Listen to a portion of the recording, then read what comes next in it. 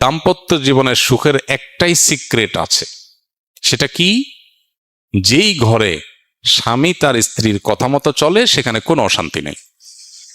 শান্তির মূল মন্ত্র হলো স্ত্রীর কথা মতো চলা, ব্যাস, দ্যাটস ইট।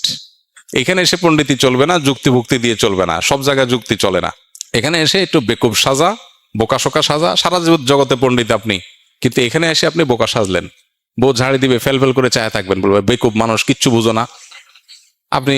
হ্যাঁ তাই তো, এটা হলো আপনার শান্তির মূল মন্ত্র। আজ যদি বলে এই বেকুব কারে বললা তুমি, শত শত লোক চালাই আমি, তাইলে ধরা খাইছে, তাইলে আপনার কপালে দুঃখ আছে, সব জায়গায় পণ্ডিতি করতে নেই। আবার বউয়ের কথা শোনার মানে এই না যে মায়ের সাথে ঝাড়ি দেওয়া, মায়ের সাথে আরো বিড়াল হয়ে থাকতে হবে।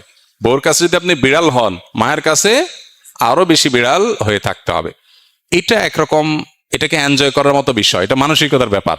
আপনি যে আগে থেকে নিয়তই করে নেন